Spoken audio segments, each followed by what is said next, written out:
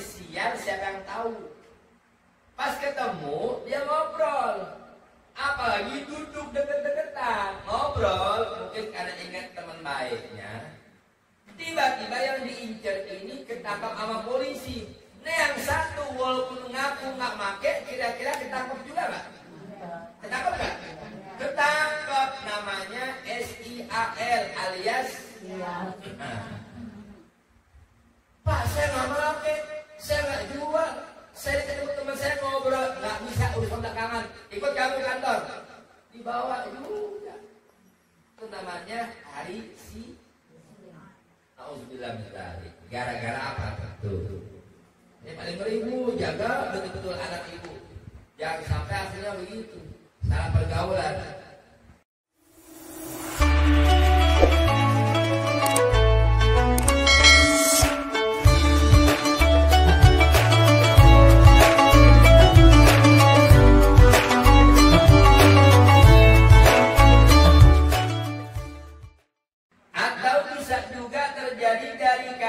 Bercampur, nah bergaul, berteman pada orang-orang yang jahat hingga ia mengikuti kelakuan jahat.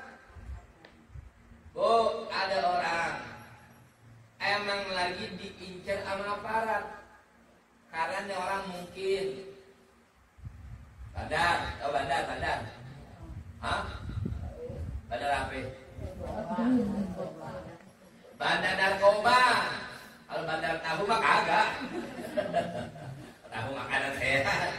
Bandar narkoba lagi diintai sama para polisi. Tiba-tiba ada orang emangnya teman sama bandar. Maaf, namanya sial, siapa yang tahu? Pas ketemu dia ngobrol, apalagi duduk deket-deketan ngobrol, mungkin karena ingat teman baiknya. Tiba-tiba yang diincar ini ketangkap sama polisi. Nah yang satu walaupun ngaku nggak make, kira-kira ketangkap juga nggak? Ketangkap nggak? Ketangkap, namanya SIAL alias Pak, saya nggak make, saya nggak jual. Saya ketemu teman saya ngobrol, nggak bisa urusan belakangan. Ikut kamu kantor, dibawa juga.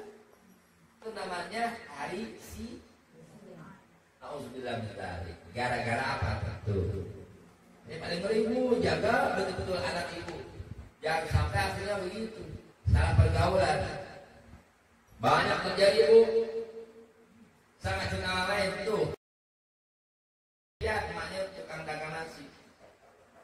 Saya kenal anaknya baik-baik, kalem luas. Cuman gara-gara kebetulan satu saatnya anaknya jalan sama temennya. Ternyata temennya punya kasus ngeroyok orang sampai mati. Yang anak kalem ini kan nggak tahu apa-apaan. Si tersangka ketangkap. Anak ini kebetulan lagi jalan bareng. Ke bawah juga nggak? Ke bawah jeblosin. Nangis-nangis emaknya. Nggak tebusan. Ya. Akhirnya mendem anaknya. Alhamdulillah sekarang udah bebas keluar. Ya. Kita harus masalah hati-hati bergaul. Karena kita tahu kena anak kalem, nggak pernah macam-macam. Cuma nasib mau kata apa bu? Gara-gara salah temen tuh. Ya, alhamdulillah.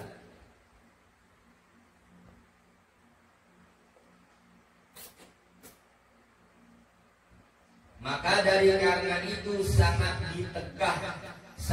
dicegah, dilarang bercampur, bergaul, berteman pada orang-orang yang jahat adanya. Makanya orang tua tuh bawel sama anak, bawelnya sayang. Kadang-kadang anak apa yang sekarang, emak bawel amat sih mak. Padahal orang tua bawelnya demi kebaikan. Ya biarin aja namanya orang tua, apalagi ibu bawel itu karena sayang sama anak. Coba, ntar si anak satu saat akan merasa tiba-tiba biasanya kupingnya panas dengerin ocehan emaknya bawel, dia bilang padahal emaknya tujuannya baik. Tiba-tiba satu ketika berasa dia, kok emak gue tumben nih gak ngoceh-ngoceh, gak bawel, gak marah-marah. Akhirnya dengan sendirinya timbul kerinduan. Berasa ya, Jangan-jangan emak dia nggak perhatian nih sama saya. Nah, apalagi maaf kalau sampai ibu udah wafat meninggal, baru nangis. Orang meninggal hidup lagi nggak bu? Ada. Emang namanya nyesel belakangan, nggak ada duluan. Itulah pentingnya bergaul dengan orang baik-baik, dengan ahli pengajian supaya makin mawas diri, sadar diri. Orang tua gaul sama anak, gaulnya karena sayang. Ya, jadi jangan salah artikan, jangan sampai apa? Si anak itu salah bercampur, salah bergaul pada orang-orang yang jahat adabnya. Nauzubillah. Adapun sebabnya kepandaian, kepintaran manusia yang sempurna buat mendapati segala kebaikan yang tersebut. Nah, sekarang kita manusia disuruh pilih nih. Kan disuruh menghindarkan, menjauhkan pergaulan yang nggak beres. Otomatis kita beralih cari pergaulan yang baik. Bahasanya apa tuh? Pintar-pintar, pilih-pilih teman. Nah itu. Sebabnya apa? Kepandaian, pintarnya manusia sempurna. Gimana nih? Buat mendapati segala kebaikan yang tersebut. Maka adalah itu sebabnya 3 perkara. Pertama, 1 dari sempurnanya akalnya, yakni pikirannya yang baik-baik. Bu, fitrah kita manusia, Allah berikan kelebihan berupa akal. Bu, maaf tanya, kita manusia punya tangan 2, betul nggak? Manusia punya tangan nggak? Maaf, bisa tanya, monyet punya tangan nggak? Punya nggak? Ya, kita punya kaki, monyet punya kaki nggak? Tapi apakah dengan adanya persamaan itu membuat kita sama sama monyet? Ya kagak, sama juga bersama sama monyet. Gak ada mau. Monyet makhluk ciptaan Allah, tapi gak ada akalnya. Manusia sempurna menjadi ciptaan Allah karena Allah berikan kelebihan apa? Akalnya. Fitrahnya semua manusia akalnya sehat. Cuma yang terjadi manusianya sendiri yang merusak akalnya. Contoh tadi merusak akalnya minum-minuman keras. Ada zaman sekarang narkoba. Jadi akalnya rusak. Makanya kalau umpama ada orang yang begitu punya penyakit akalnya sakit, kalau yang akal sehat kan dalam agama disebutnya akil. Makanya bu di antara syarat wajib sholat, wajib puasa ke muslim akil, berakal.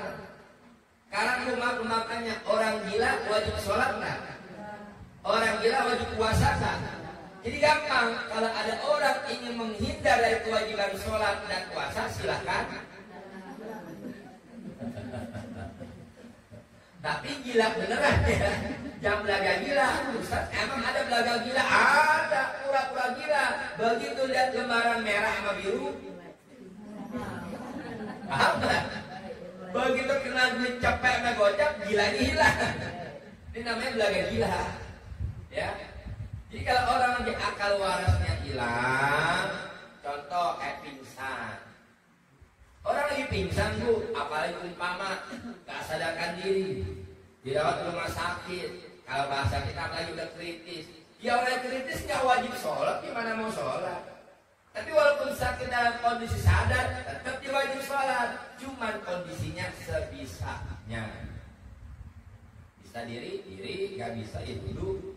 Gak bisa duduk berbaring, gak bisa celentang, gak bisa pakai isyarat, ya, gak bisa pakai kelopak mata, gak bisa terakhir pakai batin, gak bisa juga finish selesai.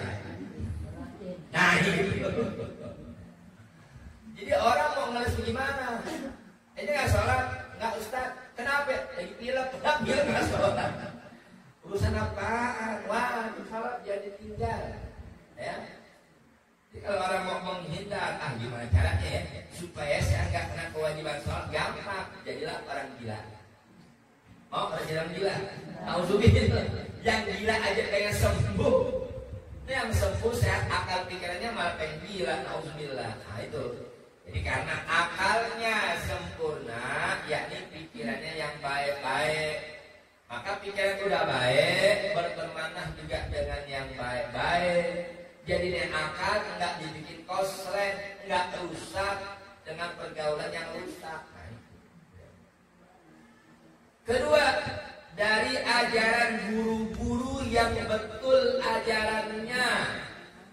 Sebabnya apa? Karena penyampaian ajaran dari guru, tapi gurunya yang lurus, yang lempang, yang istiqomah ajarannya. Dengan dasarnya apa? Dasar kitab-kitab yang muhtamad, kitab yang menjadi rujukan pegangan. Ya sekali pegangin kitab, jangan lihat kitabnya. Ini kalau beli, ya Allah harganya maaf-maaf, kasih beli deh. Cuma yang mahal isinya, disusun oleh orang yang bukan sembarangan. Beliau Sayyid Utsman bin Alawi, ya, bin Abdullah bin Aqil bin Yahya, yang dikenal dengan Habib Utsman Mufti Betawi. Bu, mau tahu nggak penyusunnya? Tuh fotonya tuh. Kebetulan saya Ibrahim ada fotonya. Ya. Nggak sembarangan, Bu. Ilmunya mahal. Tapi ilmunya apa nih? Berasaskan terus. Ya. Beliau dari kita muka kajian kitab yang disusun oleh beliau Habib Utsman.